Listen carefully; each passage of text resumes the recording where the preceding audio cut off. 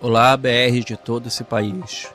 Sejam bem-vindos ao canal Brasil no Espaço. Neste vídeo, nós iremos conhecer o dia em que os Estados Unidos sabiam mais do Brasil do que o próprio governo brasileiro. A espionagem é algo que sempre despertou curiosidade e muitas vezes indignação. Mas precisamos entender que isso ocorre entre indivíduos, entre empresas e também entre países.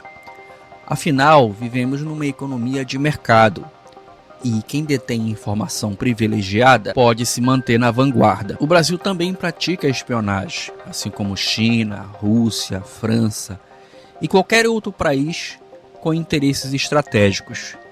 Inclusive, o Brasil é visto com desconfiança pelos nossos vizinhos sul-americanos devido ao tamanho da sua economia. Os Estados Unidos são frequentemente citados porque são a maior economia do mundo, então é natural que estejam na vanguarda dessa prática e são os que mais aparecem nos noticiários em relação a isso. Mas que fique claro, estamos falando de Estado americano e não de cidadãos americanos. Não devemos nutrir nenhum tipo de sentimento anti-americano, anti-chinês, ou anti-aquilo, ou anti-isso. Não. Isso acaba nos levando a decisões equivocadas e irracionais, como eu já mencionei aqui. Diante disso, vamos para um caso real que envolveu o Brasil na década de 90. Em 29 de dezembro de 1992 e 1º de janeiro de 1995, Itamar Franco foi o presidente do Brasil. Durante seu governo, Fernando Henrique Cardoso foi seu ministro das Relações Exteriores e depois da Fazenda. A partir de 1º de janeiro de 1995, Fernando Henrique assumiu a presidência e governou até 1º de janeiro de 2003. Durante esse período, Fernando Henrique vivenciou um episódio curioso que mostrou como a espionagem funciona na prática. Em uma viagem diplomática ao Japão, com escala nos Estados Unidos, o então ainda chanceler Fernando Henrique foi chamado para conversar de forma reservada com o secretário de Estado americano, Warren Christopher. Na conversa, Christopher soltou uma bomba e disse para FHC: Senhor presidente, os Estados Unidos sabem que o Brasil está obtendo tecnologia secreta da Rússia para desenvolver mísseis. Fernando Henrique ficou surpreso.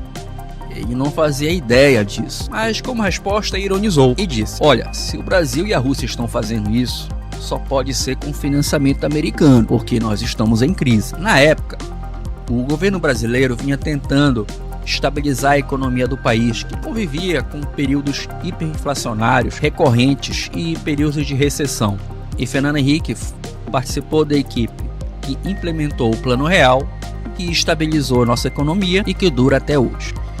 Mas tempos depois, já como presidente da República, Fernando Henrique descobriu que era verdade. O Brasil havia conseguido dominar a tecnologia de lançamento de satélites, que na prática é a mesma tecnologia usada para mísseis balísticos. Mísseis balísticos são mísseis que podem alcançar qualquer canto do planeta, muito utilizado para carregar ogivas nucleares.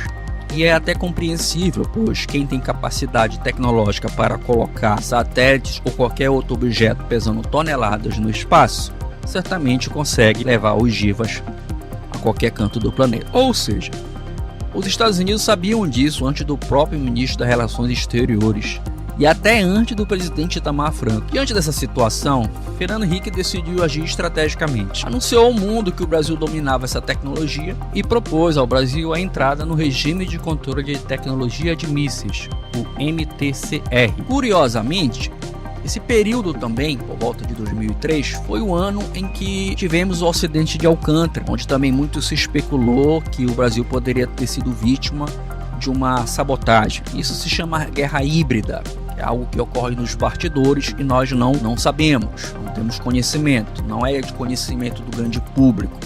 Por exemplo, recentemente, o presidente americano Donald Trump assinou uma lei nos Estados Unidos onde permite que empresas americanas, agentes públicos americanos estão autorizados a subornar, a comprar, a corromper qualquer agente público de outros países, empresas de outros países, para manter os Estados Unidos e as empresas americanas à frente da concorrência, sobretudo da China, que na verdade é o grande rival dos Estados Unidos e quer ficar à frente da China a todo custo. Sobre esse tipo de notícia dos Estados Unidos, eu peço aqui uma reflexão a todos nós, que não devemos pensar coisa do tipo, se aquela pessoa faz ou aquele país faz, eu também vou fazer. Porque esse tipo de pensamento acaba perpetuando a corrupção e as mazelas humanas. Não devemos seguir esse caminho, até mesmo porque nem todos os estados do planeta concordam com isso.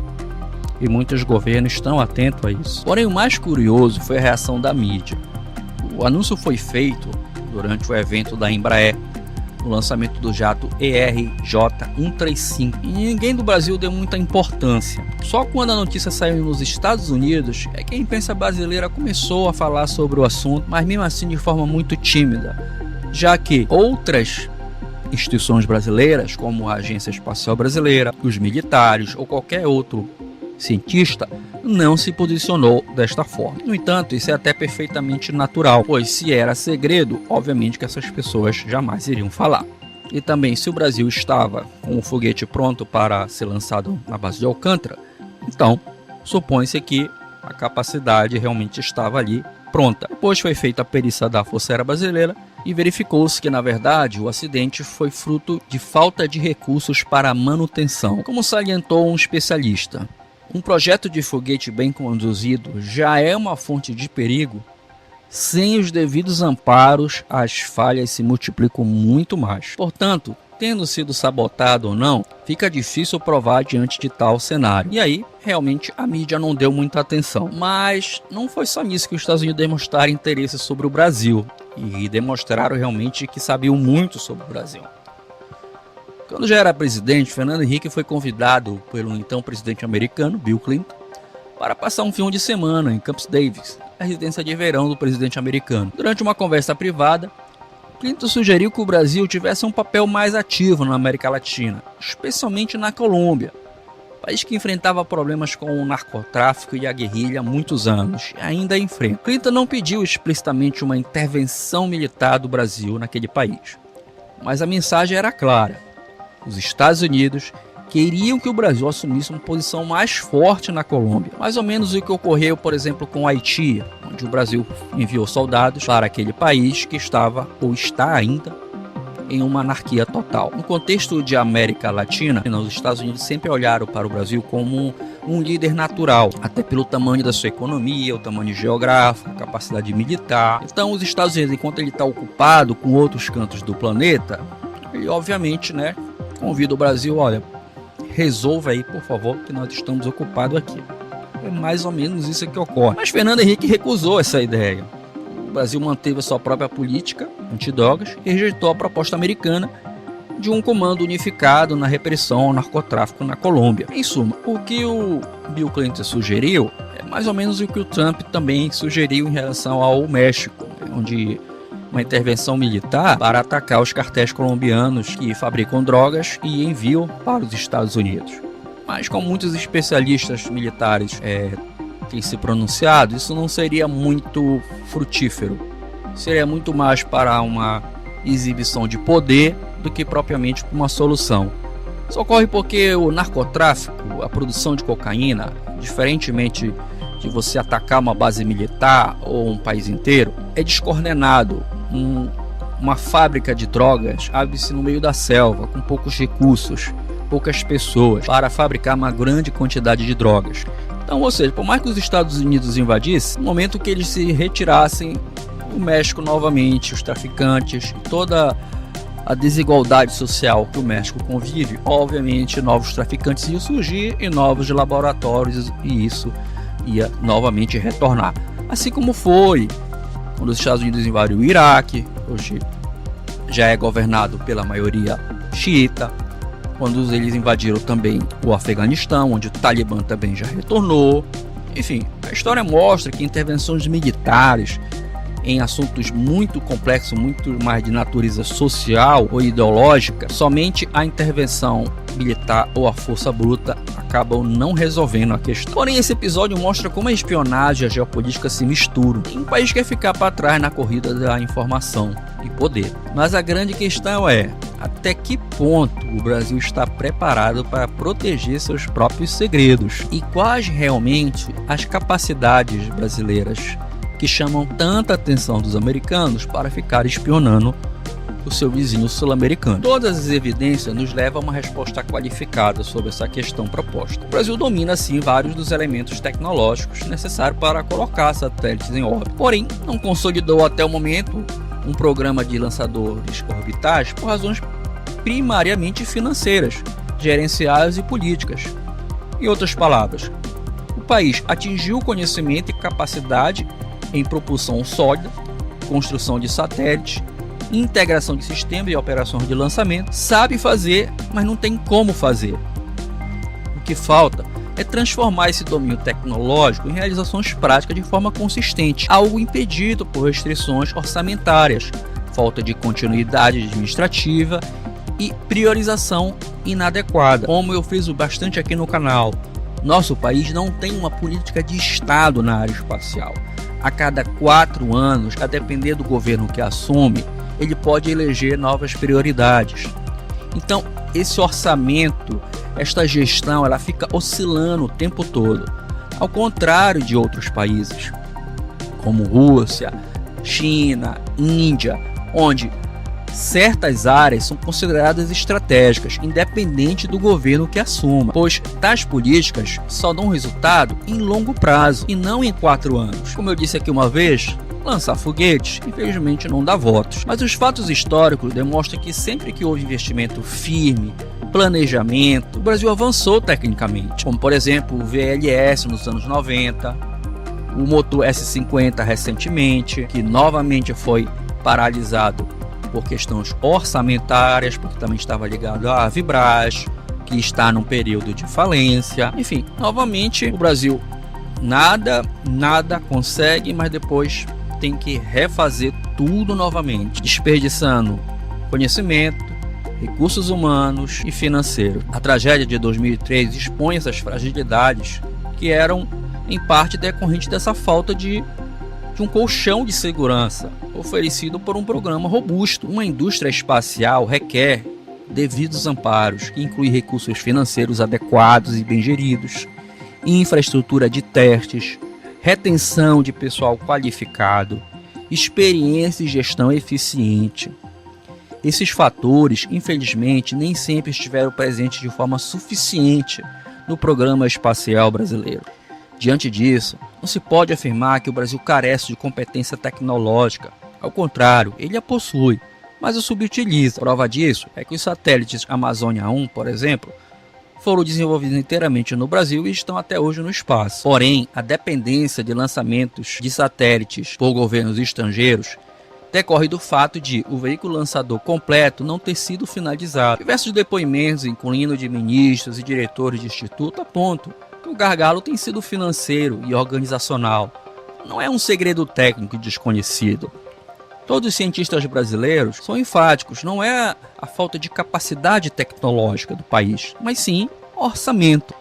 Em um caso emblemático, o governo federal chegou a cortar totalmente em 2021 os recursos para o desenvolvimento dos satélites, pondo em risco a continuidade das próximas missões do satélites Amazônia. No entanto, aquele contexto era um contexto de pandemia. É natural que realmente todos os governos tivessem outras prioridades. Mas desafios ao longo do caminho vão surgir, e neste tipo de contingenciamento drástico, ilustra como projetos estratégicos ficam vulneráveis a ciclos políticos e econômicos de curto prazo, prejudicando os objetivos de longo prazo. As parcerias internacionais, por sua vez, foram uma solução pragmática para que o Brasil não ficasse totalmente parado no setor espacial. O Brasil tem parcerias com a China, com a Índia, com a Rússia, e essas parcerias são valiosas e devem prosseguir. Mas nenhum país se torna protagonista tecnológico dependendo exclusivamente de terceiros para passos críticos. Por isso, o Brasil mantém a meta estratégica de possuir seu próprio lançador orbital, mesmo que de forma modesta, para alcançar a autonomia. Essa meta, inclusive, foi citada no novo plano da indústria brasileira, chamado Missão 6, que eu já fiz um vídeo aqui, e que, na minha opinião, isso é fruto da parceria com os países do BRICS, pois o valor anunciado é muito pequeno para se financiar uma indústria nacional. Para você ter uma ideia, Uma das propostas que eu coloquei aqui no canal, que seria a criação de uma loteria federal específica para financiar a área espacial, arrecada todo esse valor em um ano. Portanto, meus prezados BRs, se realmente queremos participar de grandes grupos geopolíticos, inclusive o BRICS, precisamos também ser protagonistas. Senão, vamos acabar como em outros grupos que tentamos entrar ou estamos e acabamos irrelevantes, sem ser ouvidos. E o BRICS é um conjunto de países que só crescem. E com a ajuda do Brasil no espaço, em conjunto com a sua gigantesca população, podemos tornar um povo referência em tecnologia espacial e mergulhando de cabeça na exploração do espaço, com seus parceiros dos BRICS. Como? Fazendo a indústria espacial se tornar uma política de Estado, prevista em nossa Constituição e com recursos próprios e independentes. Os benefícios são imensuráveis a nosso país. E quem sabe um dia, um presidente brasileiro faz um anúncio como fez o presidente americano John Kennedy. Mais ou menos assim: nós vamos ao espaço, sim, não porque é difícil, mas para medir as nossas reais capacidades. No próximo vídeo, faço um convite a todos vocês que estiverem ouvindo para analisarmos qual a percepção que nós brasileiros temos em relação à nossa classe política e outros países têm em relação às suas classes políticas. Gostaria muito de ler o comentário de vocês nesse panorama, pois isso serve muito para auxiliar o nosso modo de pensar e, consequentemente, abandonarmos o complexo de vira-lata e formarmos uma geração futura em nossa sociedade, que também serão os políticos do futuro, com um país mais nobre, mais justo socialmente e com paz para todos. Muito obrigado e até o próximo vídeo.